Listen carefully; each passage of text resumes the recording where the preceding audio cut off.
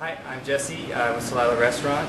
Today we're going to show you how to take a whole piece of ribeye and fabricate it into steaks for a home event. So the cool thing about buying something whole like this from your butcher is that it will be remarkably cheaper. If you do all the work yourself, which is not that much, you will end up taking a few dollars off the price per pound of the steak instead of having your butcher do it. So the first thing I'm going to do is peel off this little skin layer that is on the top here, and it kind of comes off naturally. You just got to get it started, and I'm just kind of using my knife to guide. Really just going to pull it off. So what part is that? And this is just kind of a skin tissue layer that is basically fat and sinew that we are going to actually discard. So there, I've taken it to this chain area, which naturally disconnects from the meat. So again, I'm really just guiding my knife to peel away what naturally comes off. So this is going to be discarded. Now we have here visible the line where the chain is at. Again, and what's the chain? The chain is it's a fatty lip that has a little bit of meat in it, but mainly it's a strong fat piece of meat that adds a lot of flavor. So here at Celilo, what we do is we take that off and trim it up and grind it for burgers. It has a lot of good flavor. So again, I'm going to peel that off and just use the knife to let it come off naturally. The last time I did this, I made an absolute disaster of it.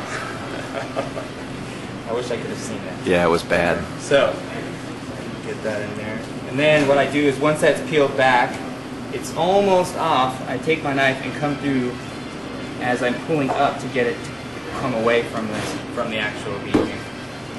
So, here we have the chain off of the ribeye here. What we also do at Celilo is we're going to take a little bit of this fatty meat down here that is also really good for hamburgers. So we sell a lot of burgers here. So we like to take this stuff off and grind it up. At home you'd probably leave that on. So you really are not going to grind that, but I'm just going to show you that. So this here is the piece that we're going to work with to make our steaks. So here we have our grind. Now this is just about ready.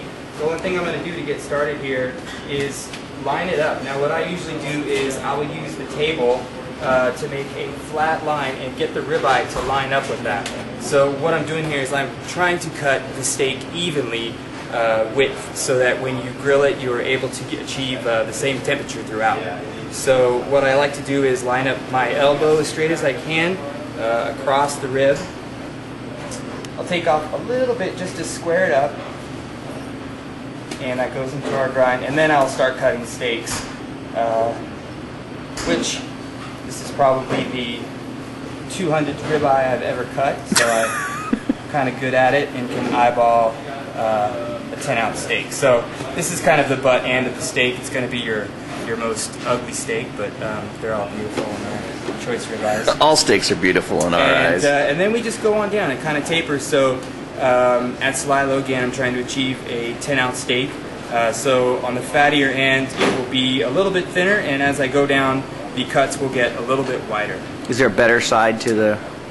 Not necessarily. I mean, you will find that once we get in here, you'll see the fat marbling. Now, once we get down to the other end, there will be kind of an eye, and that's where it starts to taper off to get into the tenderloin area. So this end down here, as you can see, starting to have a little bit of eye separation here. It's get a little bit tender, but for the most part, your steaks are going to be the same all the way through. Okay. One thing that I do not have here is a scale. So I mean, I normally will. The owner gives you permission to wing it. Like I said, I've done this before. You're a professional. So, but you can try this at home. Yeah. So the main thing about cutting your steaks is, lining them up evenly and getting an even width throughout. See, if I had kind of cut it at an angle, one side would be fat, one side would be thin.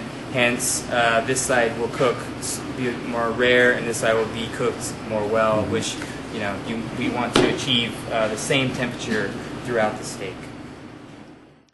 So we're doing real good here. We're getting nice portions out of this one. And some people tonight will have a great steak.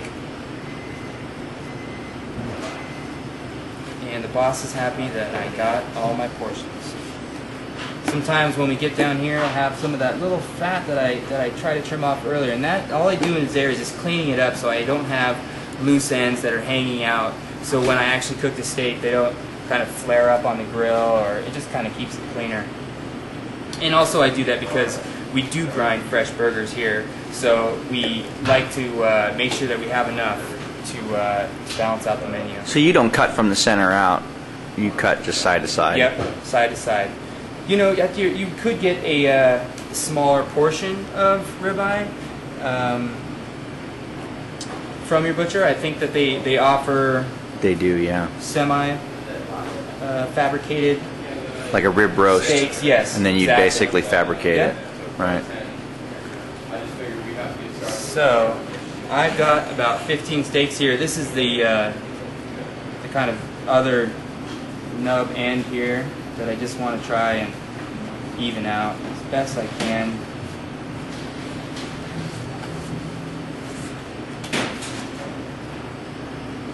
And there you have it, 15 beautiful steaks. Some burgers and some trim. Some burger grind, and yeah, so great yield, and I'm sure that you can really satisfy a lot of people with one whole rib. Thank you, brother. Yeah, thank you.